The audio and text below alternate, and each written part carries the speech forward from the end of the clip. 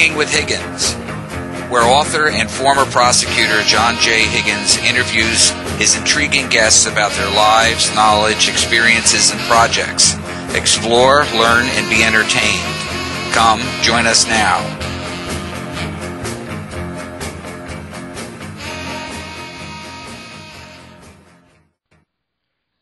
Good evening, and welcome to Hanging with Higgins. I'm your host, John J. Higgins. Tonight, I have a prolific author currently living in the South who has written a number of young adult and historical romance books. She also has two blogs, one dealing with the children of Yden, spelt with a Y, and a second dealing with her historical romance books under her own name. Her blogs are at childofyden, childofyden.wordpress.com, and S.G. Rogers, that's SGROGERS.wordpress.com. So welcome, Suzanne. How are you today? I'm wonderful, thank you. It's springtime in Savannah right now, and the weather is beautiful. The sun is shining, and everything seems fresh and new except for the gnats, which is sort of an incessant problem down here. If you've ever been down south, you'll know what I'm talking about. Yeah, no, I haven't. I've been down south, but not to the gnats. I was in Miami, and we had the love bugs that would slaughter your car. Why don't you tell us a little bit about yourself? Well, I'm an author. I've been writing full time probably about 5 years. Before that, I was working in Hollywood as an actor, and before that, I was in law school. So I've been sort of a jack of all trades. Right. Well, that sounds like, the law and acting are somewhat related, and I guess writing is also related to acting because you have to take on roles, right? Well, it's funny that you should say that about law and acting. In fact, a lot of lawyers who want to be trial attorneys actually do take acting lessons and improv in order to improve their performance in the courtroom. And I've actually taken improv classes with some fairly famous lawyers. Oh, okay. Well, I kind of learned on my feet when I did trial, so I didn't have that advantage, I guess. Although I had filmed rock stars in that, I wasn't in front of the camera. Well, maybe it's something to do with California, where they always want to be camera friendly and entertaining. So now, did you grow up in California? Yes, actually, I'm a native Californian and lived there most of my life, starting in Orange County. Then we moved down to San Diego, and that's where I went to school in La Jolla, California. That was where I went to high school, which is a beautiful little city by the sea. Right. And then after that, moved up to L.A. for about 20 years. I've only been to San Francisco. I filmed Phil Collins and Mike Rutherford out there. That was my one foray out to California, although one of my buddies in the music business keeps wanting me to come out. He lives in Laguna Beach. Uh-huh. But I've always been afraid if I went to California, I'd never want to come home. So well, interestingly, San Francisco is sort of its own little microcosm. It's quite different from every other place in California. But then I suppose each city has its own little special thing. I mean, I know Laguna Beach quite well, and going up and down PCH all my life, you get to know the coast of California quite well. Right. Now, is the coast, from what I've seen in pictures, a lot of it's very rocky, more like the New England kind of coast. Is that only true up in the northern reaches, and then down towards the south it's all beach? Yeah, I think that it up there near Monterey, you get the Big Sur area, which is quite majestic, with the towering sort of cliffs and boulders. And down towards Southern California, you're going to get your large, long white beaches where it doesn't really seem very rocky at all. Right, because that's the way it is. In New Jersey, we basically have the sandy beaches. Right. So that's kind of what I grew up with, and I haven't been impressed with the rocky beaches myself. Water generally is way too cold, but well, that's true. Down in Southern California, you're going to get it's a surf mecca there. Sometimes they wear wetsuits, and sometimes they don't have to. It's really can be quite warm. Right. Having scuba dived myself, trying to keep out of the wetsuit is always a little bit better because it's more you have to control a lot more, in terms of buoyancy and that kind of thing. So, yeah. So, what did you like to do when you were growing up? Well, I tell you what, I was a reader, and I also loved movies. So that was sort of my favorite thing. I was sort of in fantasy land, I think you could say, almost all the time. I loved to read. I would read anything I could get my hands on. And when I would visit my grandmother and she didn't have time to get me to the library, I would read whatever she was reading at the time. And that often happened to be autobiographies and biographies of people that you might not ordinarily read when you were 7 or 8 years old. So I've had sort of a broad exposure to all sorts of literature. And kind of funny that I ended up writing literature at this end of the game. Well, I kind of think it makes a lot of sense because, if you want to go into imagination and fantasy, writing, at least for me, it puts me in a whole other universe. I assume it does the same for you. Well, absolutely. And it's almost like when you get into a groove, you'll watch a movie or you'll read something and you'll have sort of a particular emotion and you want to keep it going. And what I try to do when I'm writing is to really get to emotions and take people on a ride. And, if I've done that, I feel like I've done a good job. Right. That became one of my issues with picking up books to read, because when I was young, I was like you, and I did read a lot of biographies and that when I was growing up. History fascinated me, because at some point it really dawned on me that these were really people's stories, of how they survived, whatever the craziness was. You never read a book about somebody who's had an easy, soft life. It's always somebody who's, struggled and how they got through what seems to be almost impossible, circumstances. So that was kind of inspiring, to me. And then when I got older, before I would pick up a book, if the book was, like 200 pages or something, I basically ignored it because I read really fast. So by the time I got into the characters, the book was over. Yeah.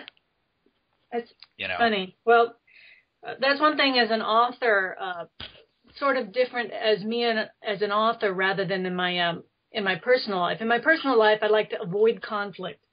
And as an author, however, I'm always sitting there looking at a page saying, where could I put more conflict, more conflict, more conflict? So it's kind of interesting. Maybe I've got two different personalities. Right, that's kind of funny with you going to law school, right? Because law school is generally about conflict. Yeah, it's a controlled conflict, though. I often I'm a little amused at what you might see in, say, Congress or whatever, with the lawyers yelling at each other, and that they oftentimes will go back into the back room and snicker. Yeah, it's almost like a little performance. So, in law school, it was always about. Your emotion took a back seat to whatever it is the argument you were trying to promote. So I think it's always better if you don't invest yourself emotionally in a legal situation. I suppose it happens anyway. Right, unless you're doing a trial.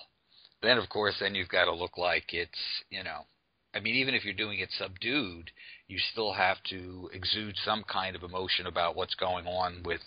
I was a prosecutor, so, we had to be a little bit colder than what, a defense attorney would be. But, the defense attorney's hugging their client, putting their arm around them, and, all of that. And, I think that does play to juries. And, from a prosecution side, I really couldn't hug the dead victim. No. Unfortunately, the dead victim isn't even in the courtroom. Right. But a lot of it really is, a lot of that. Law school kind of drove me crazy. I thought a lot of it became nonsense. But, that's just my opinion. Well, the arguments that went on in class were bordered on ludicrous, Well, philosophically, there are certain things that I enjoyed much more than others. I loved constitutional law, for example. What I did not like was tort law. there's a philosophy behind tort law that I just didn't quite get behind. But it didn't really matter. I said, I've got to put my personal opinion aside and just learn the philosophy and learn the language of torts because it is what it is. Right. Well, the tort cases were at least somewhat interesting. When we got to the UCC, I think that was the most torturous class I've ever sat through in my entire life. About what you do with the laundry that hasn't been picked up was just of little or to no interest to me. Well, torts class is always like a Dear Abby. All the cases were fairly entertaining to read. Some of them, almost vaudeville and slapstick. But I suppose any time that you're in an intellectual environment like that, you're going to find something to interest you. And if you don't, I don't think you get through law school very easily. I mean, I even found contract law fun. Yeah, no, I didn't mind contracts. Like I say, it was like the UCC stands out to me more than anything else because it was just I don't know. I don't even know. It was bizarre. Mm-hmm. I just had no interest in it at all. Mm-hmm.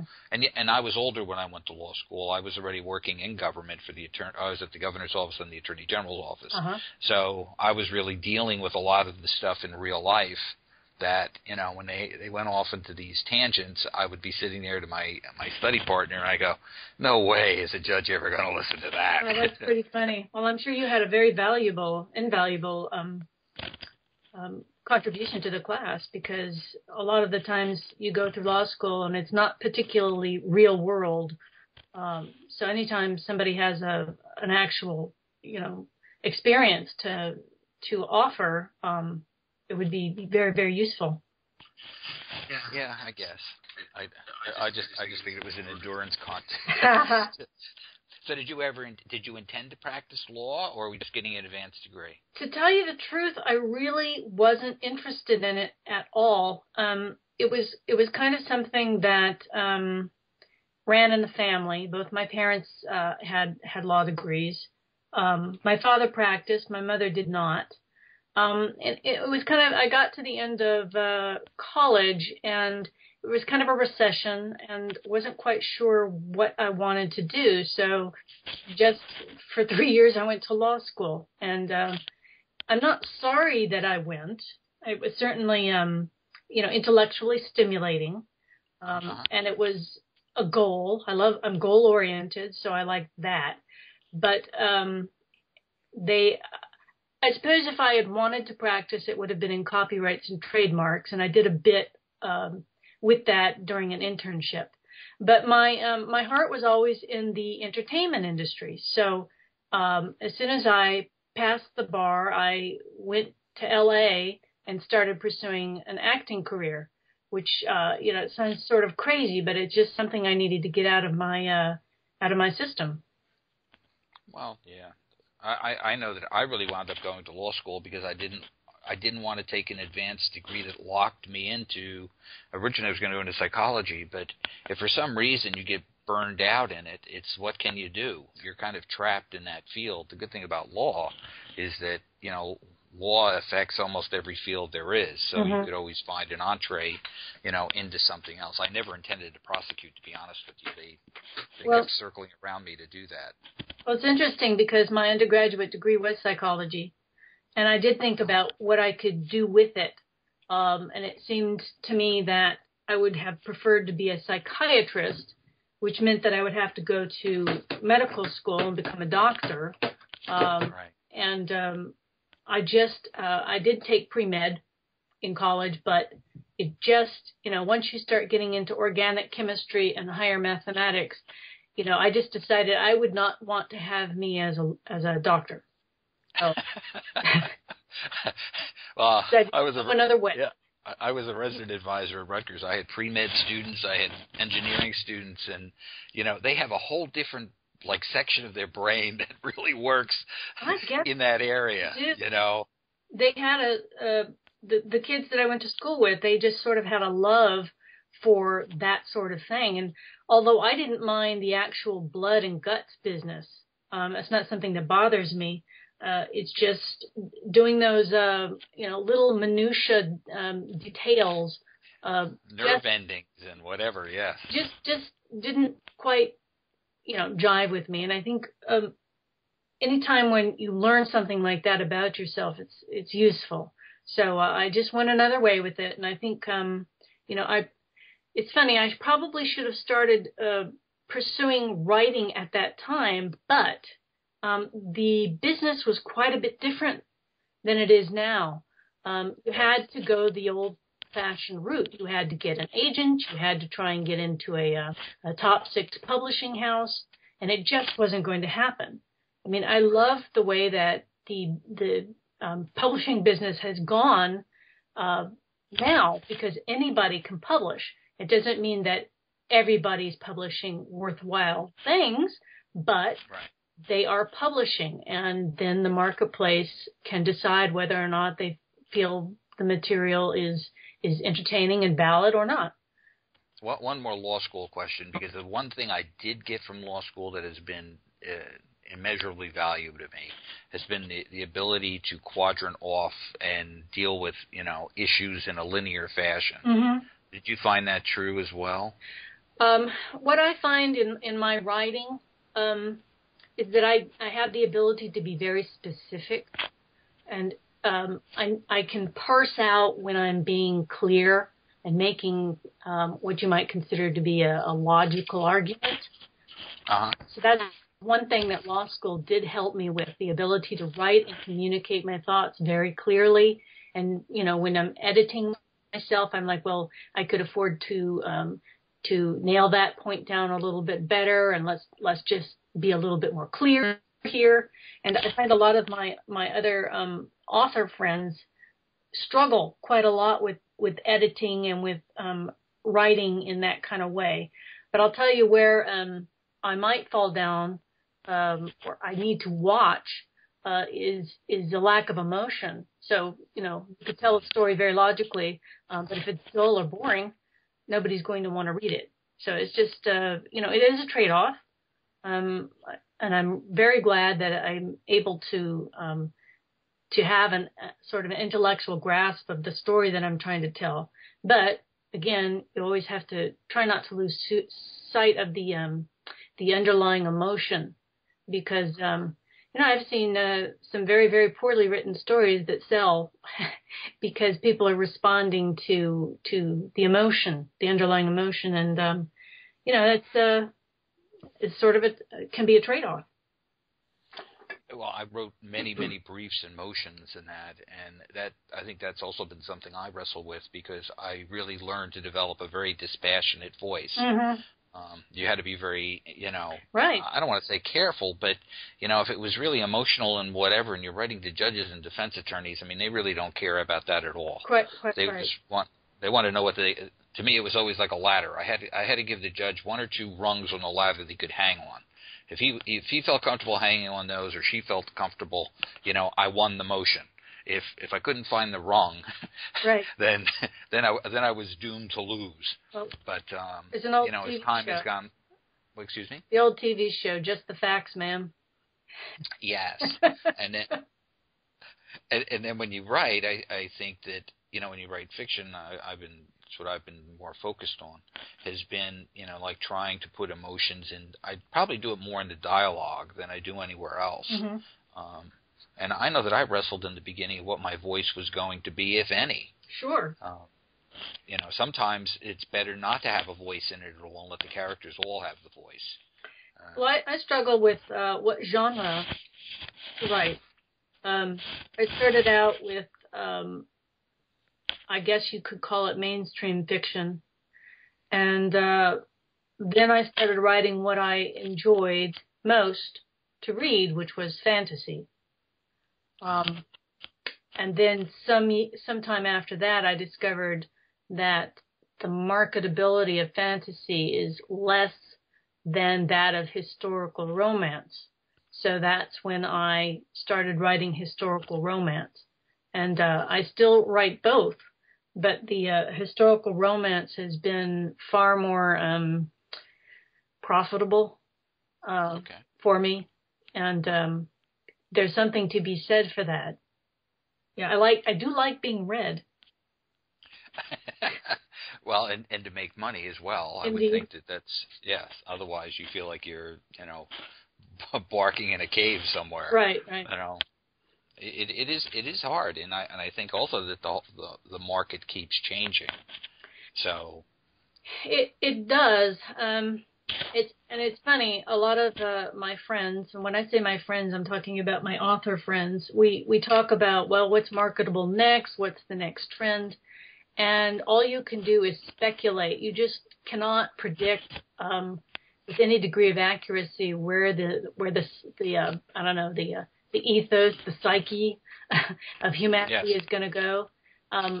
Seems like last decade it was all about vampires and such, and now it's 50 Shades of Grey, which is sort of an offshoot of the vampire thing.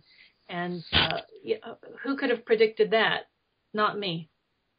Oh, me either. I remember reading the first chapter in one of her books, and I was like, I don't even know where I am. I wasn't sure I was in a dream. I wasn't sure whether I was on a beach or whatever. And I said, well, and I guess on top of it, having dealt with a lot of nasty homicides, whenever they get into that BDSM stuff, I'm always like, ugh. Well, I don't know where that ends up, Yeah, I haven't read that stuff, and I don't want to put it down, but it's odd for me to see women embracing some of that when I was raised sort of to make my own way in the world, to earn my own money, and to be a very independent, strong person. And I find it quite curious that some women are finding it titillating to be put in handcuffs again. I just confess I do not understand it, but, whatever floats your boat, I suppose. But it's not something I'm going to get into in literature or any other way. Right. No, I agree with you on that. And I think that's part of my aversion to it, is that I just, I don't think it's something that should be, highlighted or whatever, because I worry about the generations that come after. Well, that's the thing. I have a 16-year-old son, and I could have chosen to write, shall we say, more spicy things, but I'm perfectly capable of doing it. But I just, after I had a child, I'm like, I want him to be able to read whatever I write and enjoy it and not have to worry about anything. So it's just sort of a choice that I made to write what's called sweet literature. It's not antiseptic. It's not the old-fashioned Harlequin chaste kiss on the cheek ending sort of book. But it is a sort of a trend. Some people are looking for sweet literature like that, and that's where I've chosen to go. Right. Well, that makes a lot of sense. Well, now, I know when you were talking, you used the term speculative fiction. I hadn't heard that before, so maybe you could explain that a little bit. And you have to understand, this is all new to me. So, I mean, if you asked me about filing in a Rule 101 motion, I know how to do that in a heartbeat. But some of this stuff, I'm like, I don't know. Well, when I first started and people were talking about speculative fiction, I really didn't know what it was either. But it's almost exactly what it sounds like. It's anything, it's fiction that can be supernatural, it could be futuristic, it could be fantastic. So it's just anything that's not reality-based. I mean, if you've even read the books, the Maze games, whatever, that's even called speculative fiction. So anything that just has paranormal aspect to it, anything like that. I think you write sort of a good versus evil, heaven and earth sort of fiction, do you not? Right. I mean, it's the battle of the angels. Yeah, that's speculative fiction. So there you have it. Yeah, because everybody asks what genre it belongs in, and I'm always, well, I don't know. It's probably 5 different genres. It depends on which aspect you look at. But yeah, I would have called you a paranormal writer. but it is speculative fiction. So there you have it. Well, so now we're in the right compartment. Uh-huh. So now, what do you think really led you to actually sit down and write? Well, let me think. I was sort of at the end of my acting career, and I was kind of trying to look to segue into something else. So I thought perhaps screenwriting. And you have to understand a little bit about Hollywood to realize that unless you know the right people, they're not looking for you to write a screenplay. But I did try. I took classes in screenwriting and such. And I joined a writing workshop. And I thought we were going to be working on plays, but as it turns out, nobody had an interest in plays, which was fine with me. And so then I took one of my teleplays and started writing it as a fantasy novel. And I'll never forget bringing in that teleplay, the first, I don't know, 6 pages, whatever it was. I brought it in to read, and we read it. And everybody had nausea because I didn't quite get the concept that things needed to be rolled out a little bit more slowly. When you're writing a teleplay or something on film, it's bam, bam, bam, bam, bam. You have to keep it going, unless you're Stanley Kubrick. But in general, you have to point the camera and leave it. That's right. Anyway, they said, this is it's making me ill because it's moving too fast. So I said, okay. I can afford to take my time developing things. So that was my start. And from there, that's when I started writing the Yden trilogy, the Yden series, that I did. And it was about, that's the other funny thing. It was the era of Harry Potter. Harry Potter was I don't believe the films had come out yet, but I'd been hearing this, Harry Potter, what? I'm like, what is that? But I knew it was fantasy and it had to do with a young man, so I didn't want to read it until I finished my first draft of The Last Great Wizard of Yden, which was the first of the Yden books that I wrote. And to my annoyance, there were a couple of things that were so similar I had to change them. And I remember I'd written in a flying motorcycle, and that had to go. And then there was a wolfhound in the book called Conundrum, and Conundrum had 2 heads. And there's a 3-headed dog in Harry Potter, so that had to go. Right. But, that's the way it goes. I guess you could say brilliant minds think alike if I wanted to pat myself on the back.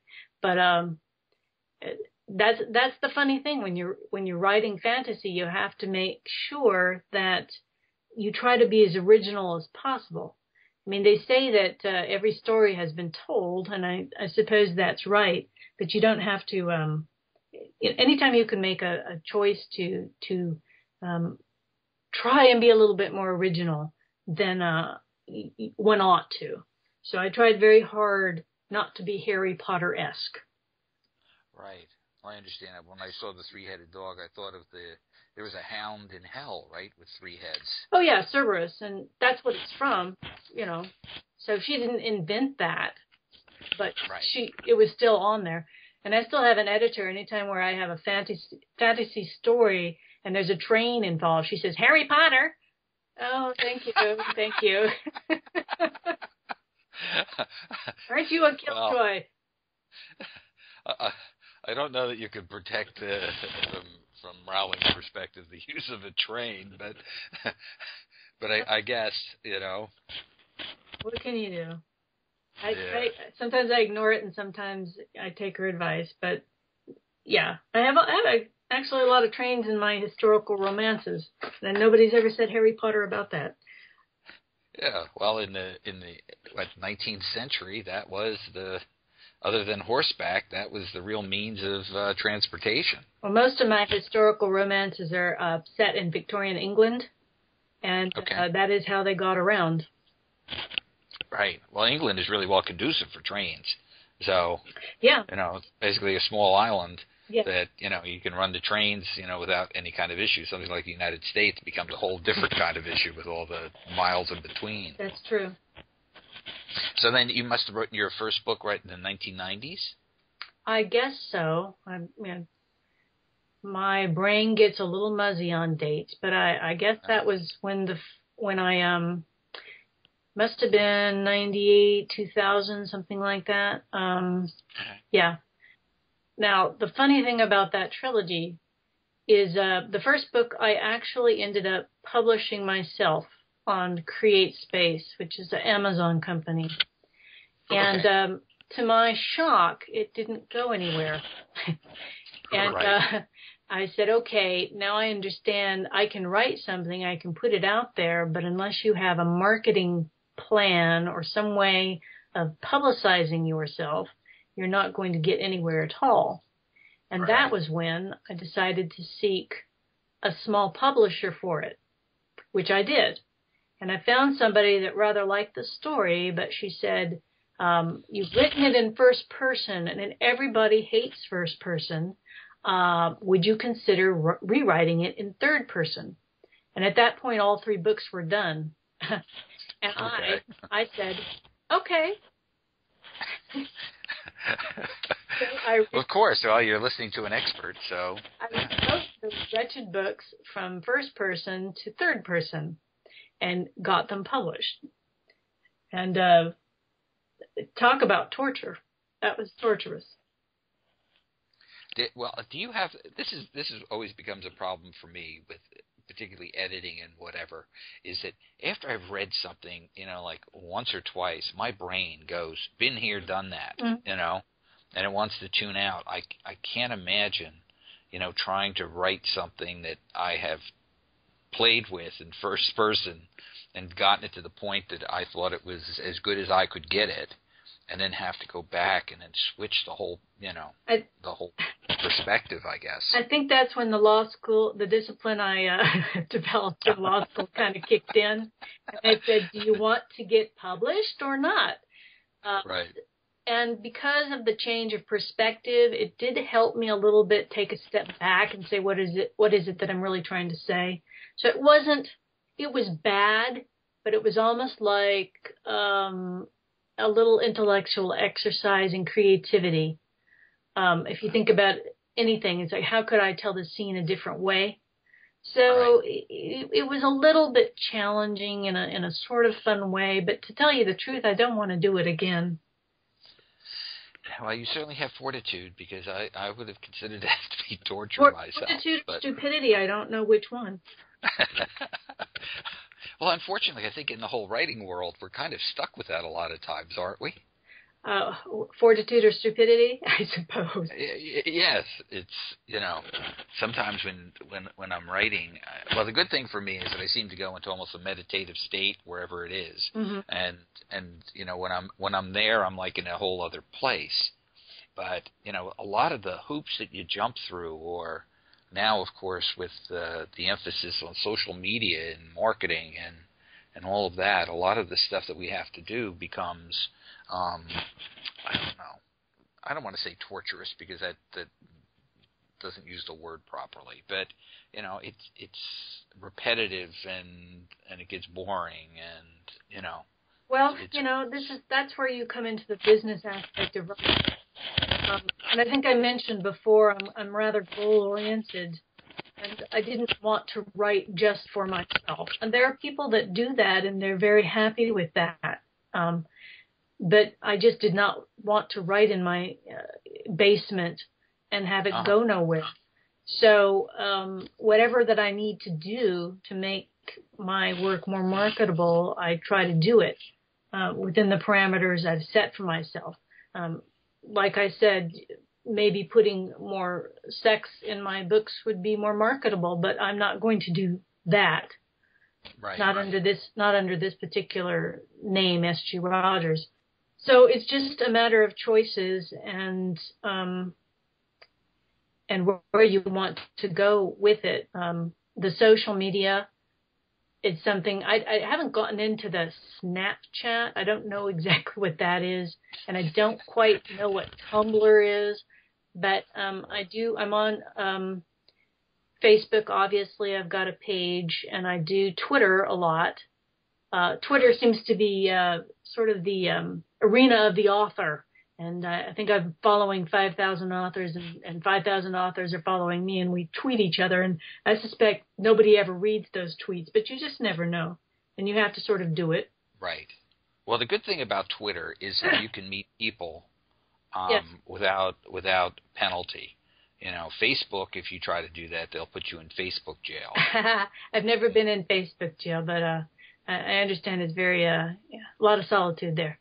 But well, I've been in Twitter jail twice. Oh, dear. So because I didn't understand how it all worked, and you know, they had the best practices, and I was like, well, I mean, I can follow 300 people. I mean, I have so many interests that, you know, I go from scuba diving to flying planes to, you know, law to fantasy to whatever, and then all of a sudden I find myself locked up.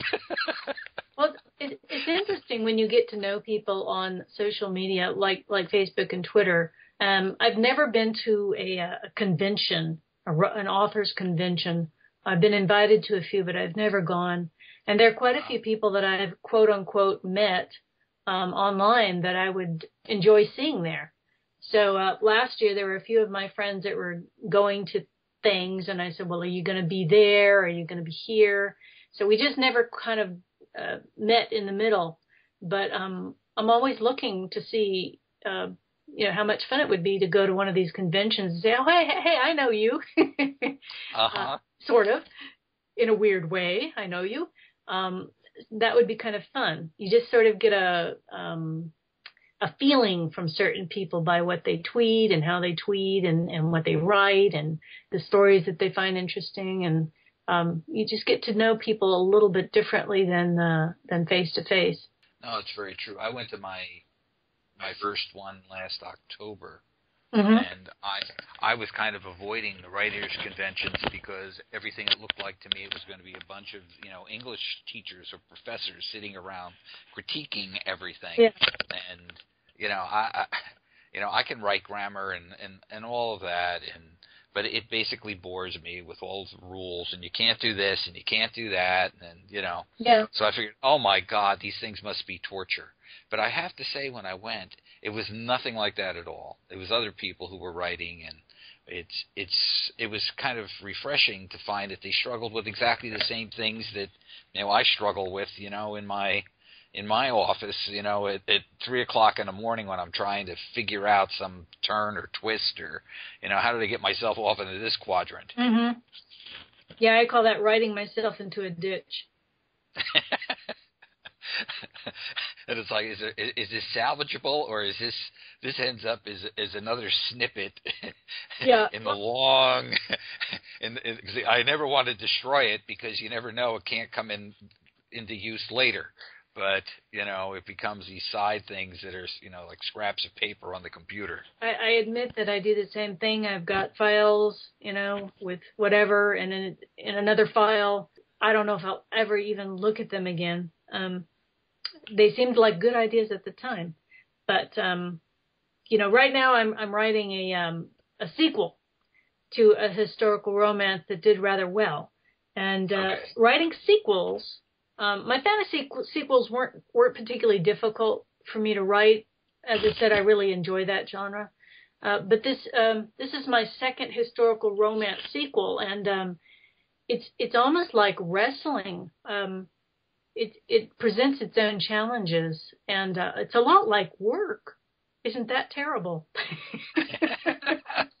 Because you're sort of pinned down by things you've written before, and characters you've written before, and you're sort of in the mode of you have to include enough information about the prior stories so that people who have read the prior story can enjoy this sequel, but not so much that somebody who's not read the first book will be bothered.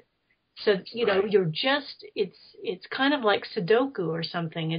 It's tough, and it is work. And I'm not making as much progress daily as I would on something that was fresh. So that's where you come into the work part of being an author. And it's like, oh, boo-hoo, well, my husband has to go to work. I have to go to work too. And right now I'm working. Yes. Well, I could, I retired as a prosecutor, so I really don't want to defend criminals. Mm-hmm. So, which is really more of my background than anything else. Mm-hmm.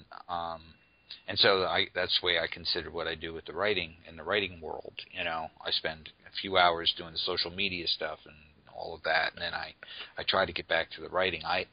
My books were originally, I had three books in my mind. One was in heaven, one was in hell, and the third was on earth. Mm-hmm. But my stories are somewhat entwined and intricate, so the first book ended up being a trilogy. So as I've been writing the second book, I have the same problem you do, is that I have, I've got 14 archangels. I have 9 species of angels. So I have certain angels in each one of those subspecies that are important and whatever. So when I get off into hell, I've got to take who had been in heaven and how they transformed during the war into being into hell and where they're going next. And so I write I don't want to call them outlines, mm-hmm. but it is kind of, I call it like a little Bible that I have of who is who, what do they look like, what do they basically do, and then just to kind of refresh my mind as I go through each book. Well, that's the intelligent approach. I ought to take that approach. I do have friends who write out their outline. And I bless your heart, because I like to almost discover the story as I go along. I mean, obviously, I sort of know, what I'm doing, but there are people that actually write it down before they write it. And I'm like, wow, I can't imagine doing such a thing. Just, I don't even know if I could. Especially don't get me wrong that I have the chapters outlined or anything like that. I basically have the characters, described far enough along so that my mind can put them and make them real in my head. And I know I have 9 books in my head for that series, and I'll finish it. But I can't tell you what's going to happen in each one of the books, but I know how each one will end. Okay, then we can still have a drink together, because my friends who are really disciplined enough to actually outline it, I'm like, how much fun could you be, really?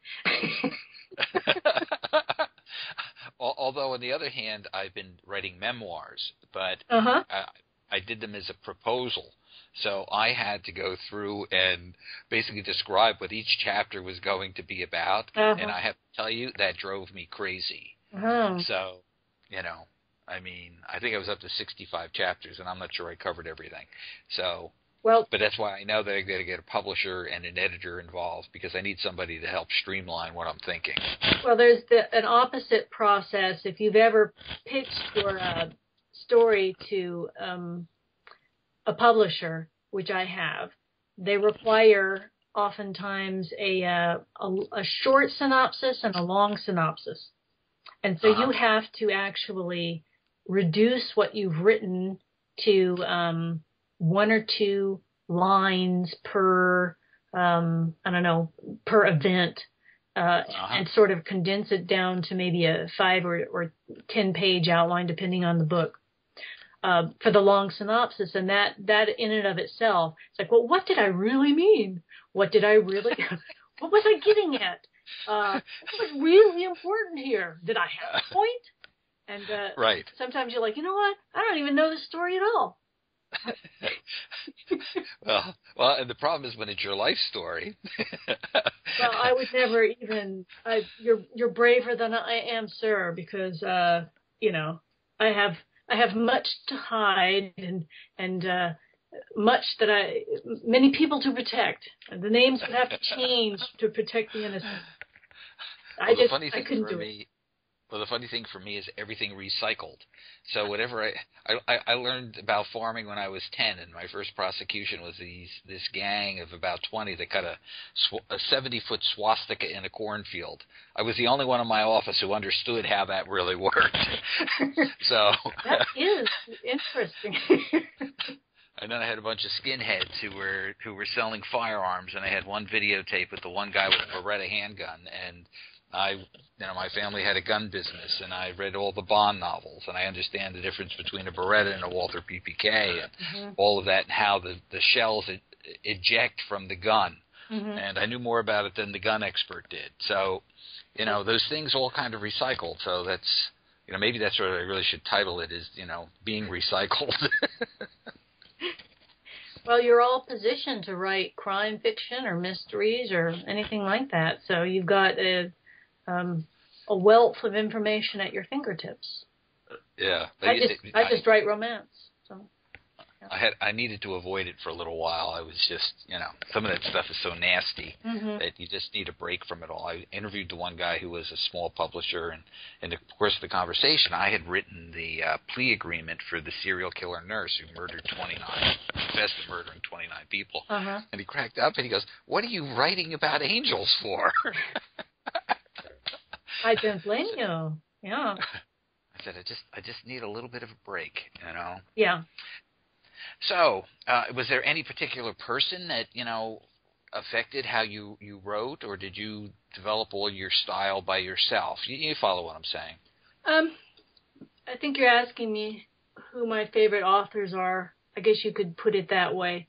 Yeah. There was a fantasy author who died fairly recently named Diana Wynne Jones. She was a British author. I adored her stories. Sometimes you read people that are so much smarter than you are that you just are in awe. And what she was able to develop, I admired very much. But I didn't even find her until later in life. I think you could... there was a lady named Anne McCaffrey who wrote Dragon Stories. I read that when I was growing up.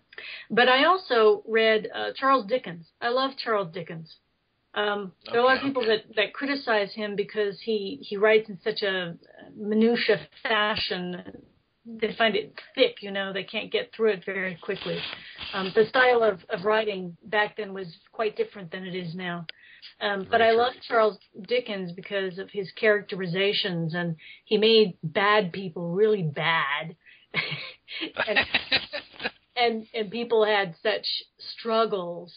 And because it was written in Victorian era England, you saw just the nitty gritty of what people really had to cope with, and people have no idea how truly difficult it was when you're in a country with there was very little safety net, and so I loved Dickens. I also loved Mark Twain.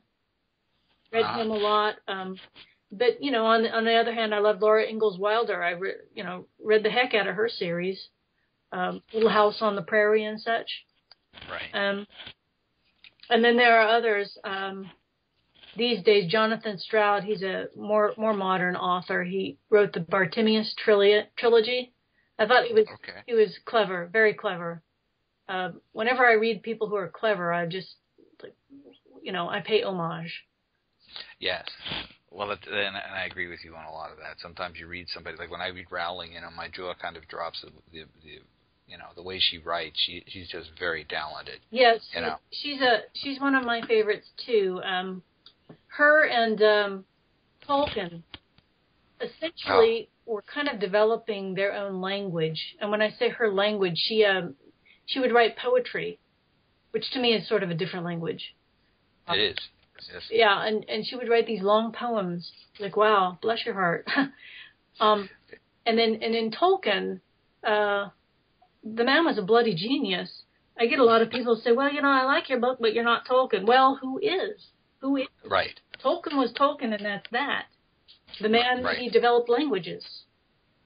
Yes. And, poetry and everything. I mean, he was just a genius, and there's nothing you can say about that. So I read a lot of different genres, and a lot of people really inspired me.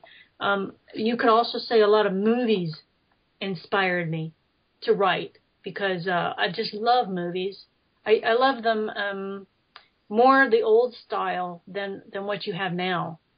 But I remember back when Star Wars came out, I think I must have sat in that theater with my mouth hanging open 12, 15 times. Of course, that was when movies were like $1, so you could do that. But I would be sitting there going, oh, wow. That's true. I want to be in that movie. I want to write that movie. And sure, the storyline was sort of simplistic.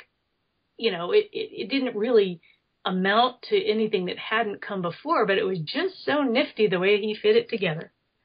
So I'm just quite simple-minded for things like that. I just look at that stuff and go, wow, like Gomer Pyle.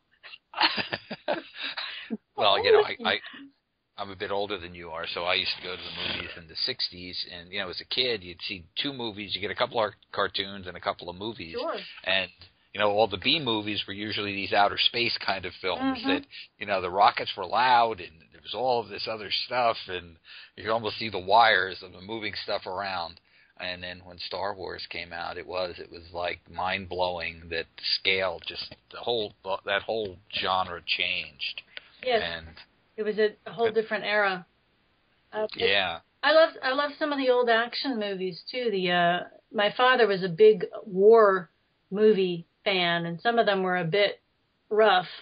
And I always tease him about, you scarred me, Dad. I didn't want to see that sort of thing. But one of my favorite movies is The Great Escape. Steve McQueen. Yeah. Absolutely, Steve McQueen. He's my buddy.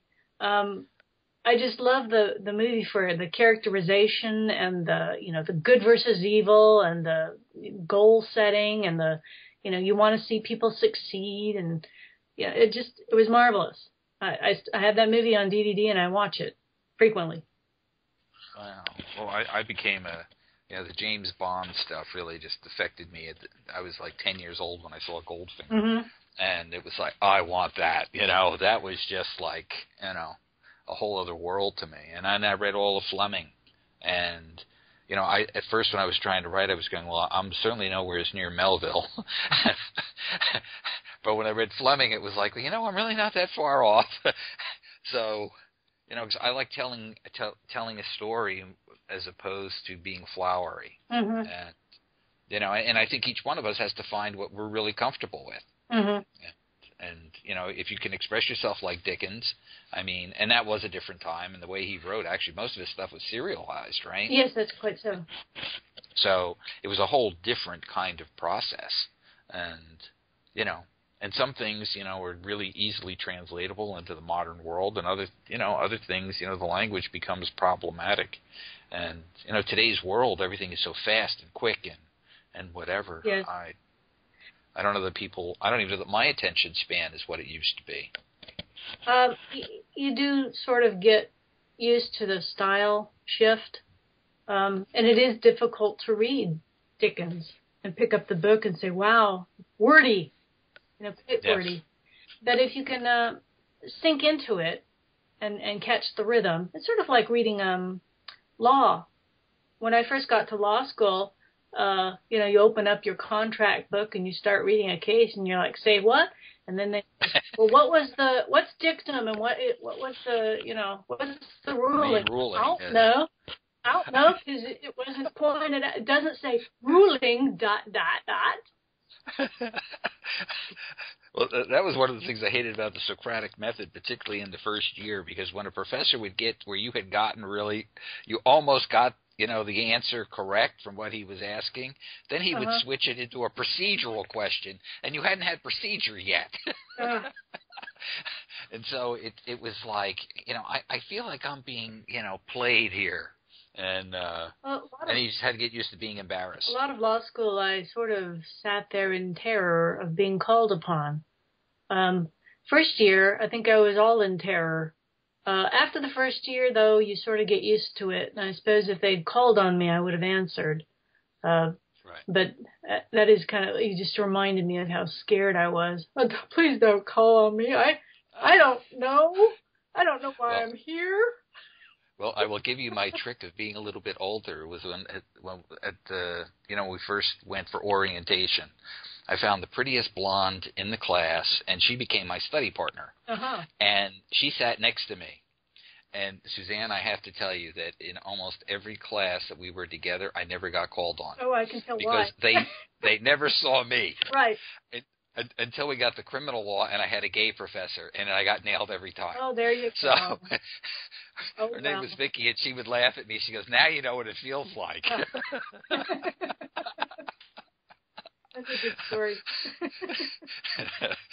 But, right, if you do law right, you do tactics and strategy as well as just substantive knowledge, right? Mm-hmm. So it's all good, I guess, at the end of the day. So now, your other book now is coming out soon, or you're just in the middle of it? Well, let's see. The historical romance that I'm writing right now is a little bit over 20,000 words. So I was probably 1/3 of the way through it. Uh-huh.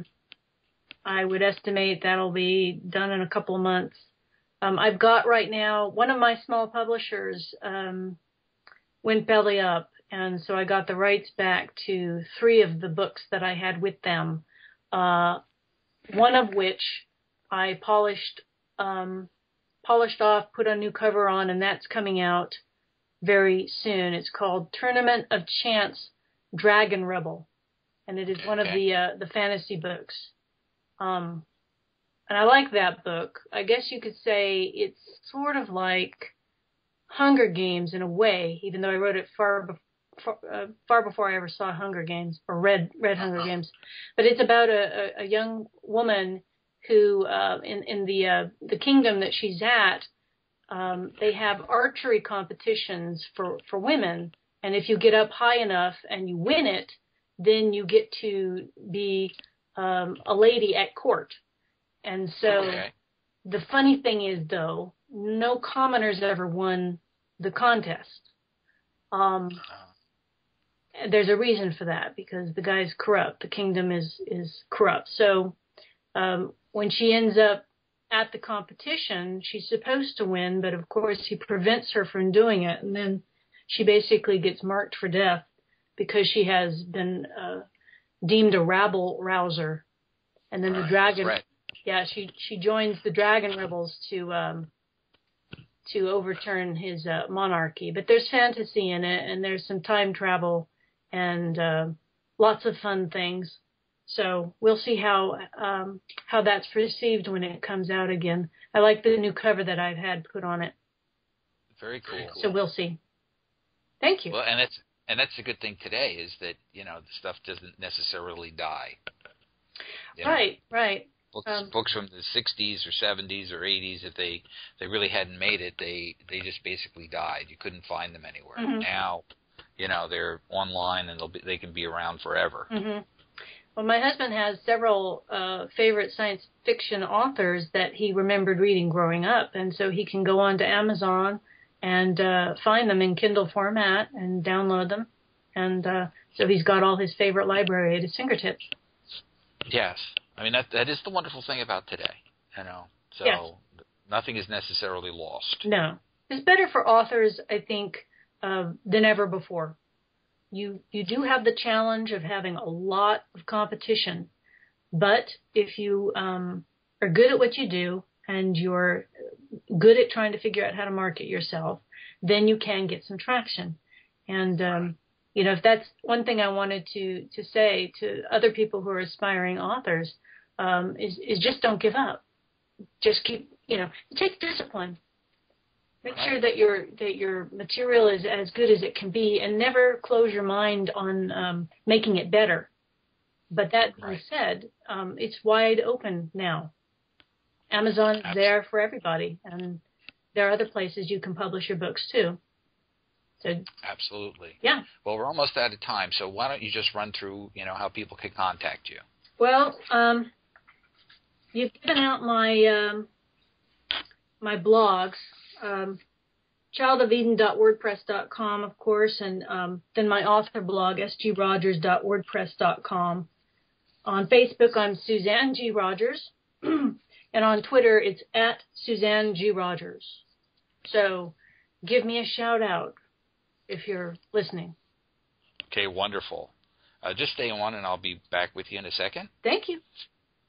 For those listening, I want to say thanks to our-truth.com for broadcasting this show. You can find more information about me and my book series, The Archangel Jeremiel and the War to Conquer Heaven, at www.john-j-higgins.com, and the website for this show is www.hangingwithhiggins.com. And with that, I'll wish you good night.